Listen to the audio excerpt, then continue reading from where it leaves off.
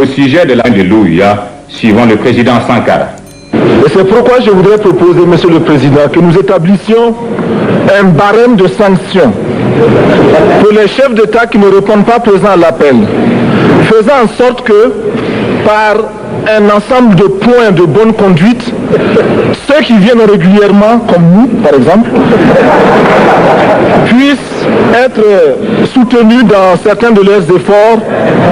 Exemple, les projets que nous soumettons à la BAD, la Banque africaine de développement, doivent être affectés d'un coefficient d'africanité.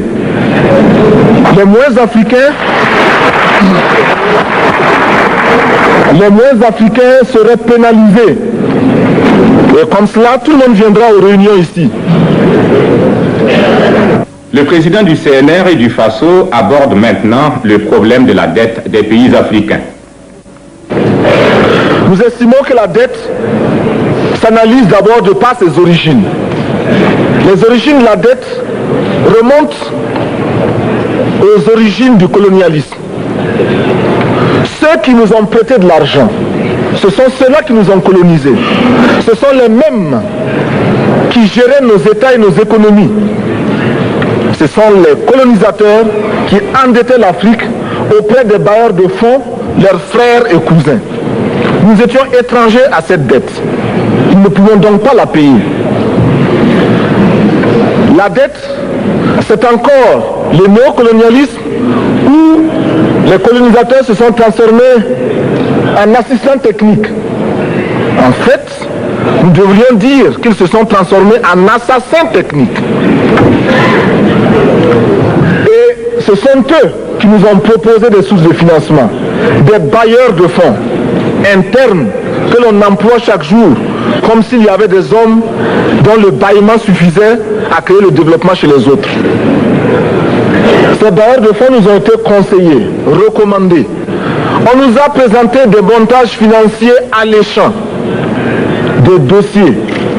Nous sommes endettés pour 50 ans, 60 ans, même plus. C'est-à-dire que l'on nous a amenés à compromettre le peuple pendant 50 ans et plus. Mais la dette, c'est sa forme actuelle. Contrôlée, dominée par l'impérialisme. Une reconquête savamment organisée pour que l'Afrique, sa croissance, son développement obéissent à des paliers, à des normes qui nous sont totalement étrangères, faisant en sorte que chacun de nous devienne l'esclave financier, c'est-à-dire l'esclave tout court de ceux qui ont eu l'opportunité, la ruse, la fourberie de placer les fonds chez nous avec l'obligation de rembourser. On nous dit de rembourser la dette. Ce n'est pas une question morale. Ce n'est pas une question de ce prétendu honneur que de rembourser ou de ne pas rembourser. Monsieur le Président, nous avons écouté et applaudi le Premier ministre de Norvège lorsqu'elle est intervenue ici même. Elle a dit, elle qui est européenne, que toute la dette ne peut pas être remboursée. La dette ne peut pas être remboursée. La dette ne peut pas être remboursée parce que, d'abord, si nous ne payons pas, nos bailleurs de fonds ne mourront pas. Soyons-en sûrs. Par contre, si nous payons, c'est nous qui allons mourir. Soyons-en sûrs également. Ceux qui nous ont amenés, ceux qui nous ont conduits à l'endettement, ont joué comme dans un casino. Tant qu'ils gagnaient, il y avait plein de débats. Maintenant qu'ils ont perdu au jeu, ils nous exigent le remboursement. Et l'on parle de crise. Non, Monsieur le Président, ils ont joué, ils ont perdu, c'est la règle du jeu. La vie continue.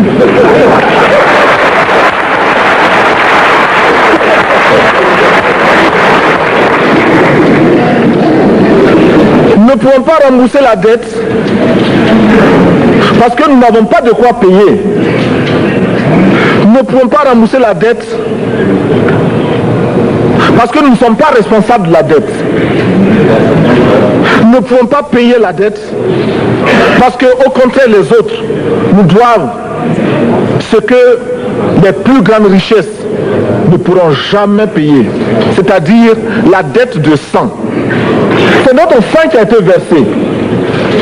On parle du plan Marshall qui a refait l'Europe économique, mais on ne parle jamais du plan africain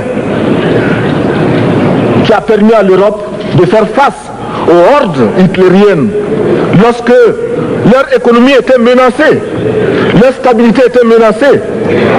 Qui a sauvé l'Europe? C'est l'Afrique. On en parle très peu. On en parle si peu que nous ne pouvons pas, nous, être complices de ce silence ingrat. Si les autres ne peuvent pas chanter nos louanges, nous avons au moins le devoir de dire que nos pères furent courageux et que nos anciens combattants ont sauvé l'Europe et finalement ont permis au monde de se débarrasser du nazisme. La dette,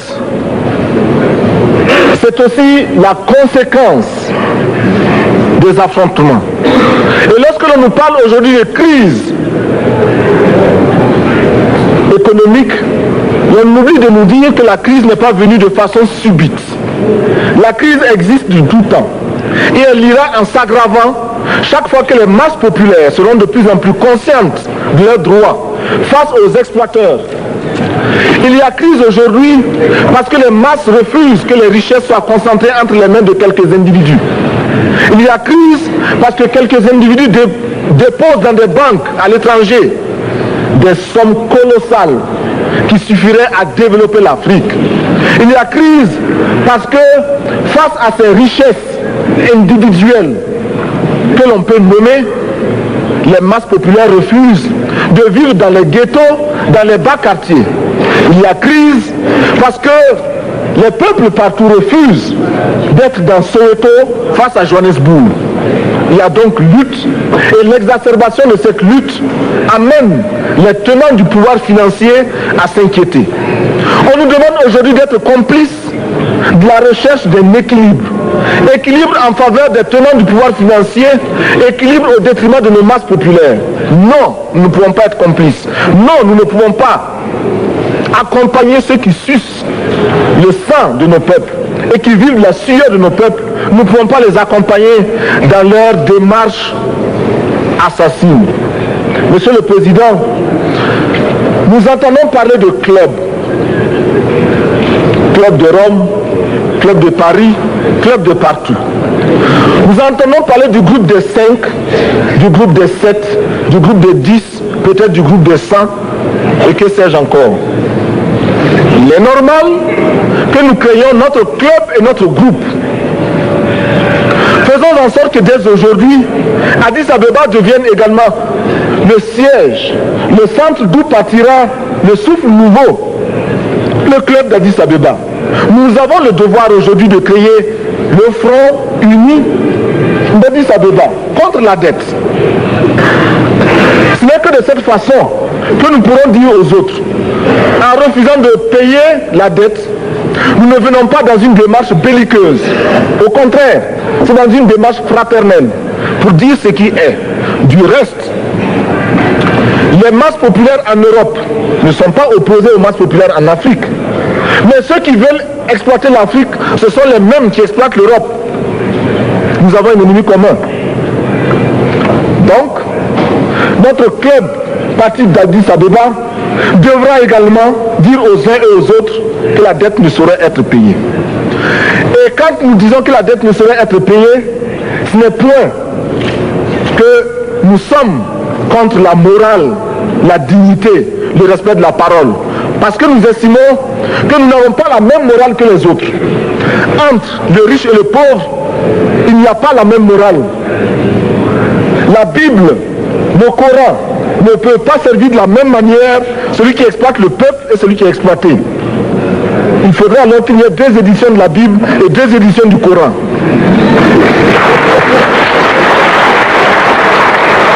Nous ne pouvons pas accepter qu'on nous parle de dignité. Nous ne pouvons pas accepter qu'on nous parle de mérite de ceux qui payent et de perte de confiance vis-à-vis de ceux qui ne paieraient pas. Nous devons au contraire dire que c'est normal aujourd'hui. Nous devons au contraire reconnaître que les plus grands voleurs sont les plus riches. Un pauvre, quand il vole, ne commet qu'un larcin ou une peccadille, tout juste pour survivre par nécessité. Les riches, ce sont eux qui volent le fisc, les douanes et qui exploitent le peuple. Monsieur le Président, ma proposition ne vise pas simplement à provoquer ou à faire du spectacle. Je voudrais dire ce que chacun de nous pense et souhaite. Qui ici ne souhaite pas que la dette soit purement et simplement effacée? Celui qui ne le souhaite pas, il peut sortir, prendre son avion et aller tout de suite à la Banque mondiale payer. Tous nous souhaitons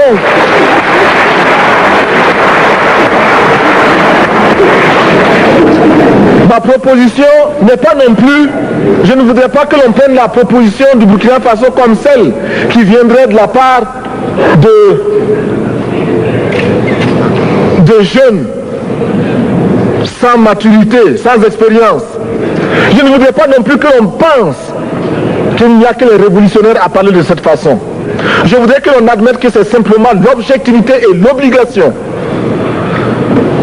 Et je peux citer dans les exemples de ceux qui ont dit de ne pas payer la dette, des révolutionnaires comme des non-révolutionnaires, des jeunes comme des vieux. Je citerai par exemple, Fidel Castro a déjà dit de ne pas payer. Il n'a pas mon âge, même s'il est révolutionnaire. Mais je pourrais citer également François Mitterrand, qui a dit que les pays africains ne peuvent pas payer, les pays pauvres ne peuvent pas. Je pourrais citer Madame le Premier ministre. Je ne connais pas son âge et je m'en voudrais de le lui demander. Mais c'est un exemple. Je voudrais citer également le président Félix Houphouët-Boigny. Il n'a pas mon âge. Cependant, il a déclaré officiellement, publiquement, qu'au moins pour ce qui concerne son pays, la Côte d'Ivoire ne peut pas payer. Or, la Côte d'Ivoire est classée parmi les pays les plus aisés d'Afrique, au moins d'Afrique francophone. C'est pourquoi d'ailleurs il est normal qu'elle paye plus en contribution ici. Mais, Monsieur le Président, ce n'est donc pas de la provocation. Je voudrais que très sagement, vous nous offriez des solutions. Je voudrais que notre conférence adopte la nécessité de dire clairement que nous ne pouvons pas payer la dette. Non pas dans un esprit belliqueux, belliciste. Ceci pour éviter que nous n'allions individuellement nous faire assassiner. Si le Burkina Faso tout seul refuse de payer la dette, je ne serai pas là à la prochaine conférence. Par contre, avec le soutien de tous, dont j'ai besoin,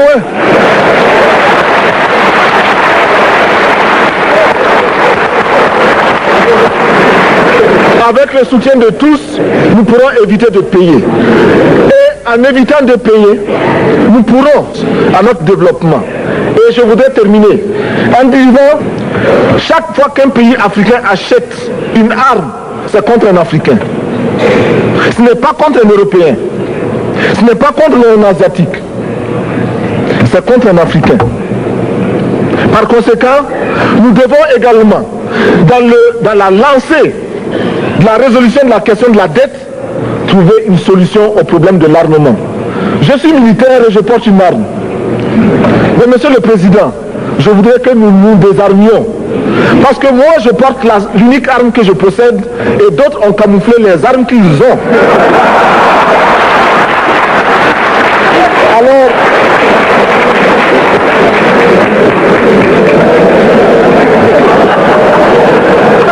Alors, chers frères, avec le soutien de tous, nous pourrons faire la paix chez nous. Nous pourrons également utiliser ces immenses potentialités pour développer l'Afrique, parce que notre sol, notre sous-sol sont riches. Nous avons suffisamment de bras et nous avons un marché immense, très vaste, du nord au sud, de l'est à l'ouest. Nous avons suffisamment de capacités intellectuelles pour créer, ou tout au moins prendre la technologie et la science partout où nous pourrons les trouver. Monsieur le Président, faisons en sorte que nous mettions au point ce front uni d'Addis Abeba contre la dette. Faisons en sorte que ce soit à partir d'Addis Abeba que nous décidions de limiter la course aux armements entre pays faibles et pauvres. Les gourdins et les coutelas que nous achetons sont inutiles. Faisons en sorte également que le marché africain soit le marché des Africains. Produire en Afrique, transformer en Afrique et consommer en Afrique. Produisons ce dont nous avons besoin et consommons ce que nous produisons au lieu d'importer. Le Burkina Faso est venu vous exposer ici la cotonnade produite au Burkina Faso, tissée au Burkina Faso, cousue au Burkina Faso pour habiller les Burkinabés. Ma délégation et moi-même, nous sommes habillés par nos tisserands, nos paysans. Il n'y a pas un seul fil qui vienne de l'Europe ou de l'Amérique. Je ne fais pas un défilé de mode, mais je voudrais simplement dire que nous devons accepter de vivre africain. C'est la seule façon de vivre libre et de vivre digne. Je vous remercie, Monsieur le Président. La patrie ou la mort, nous vaincrons.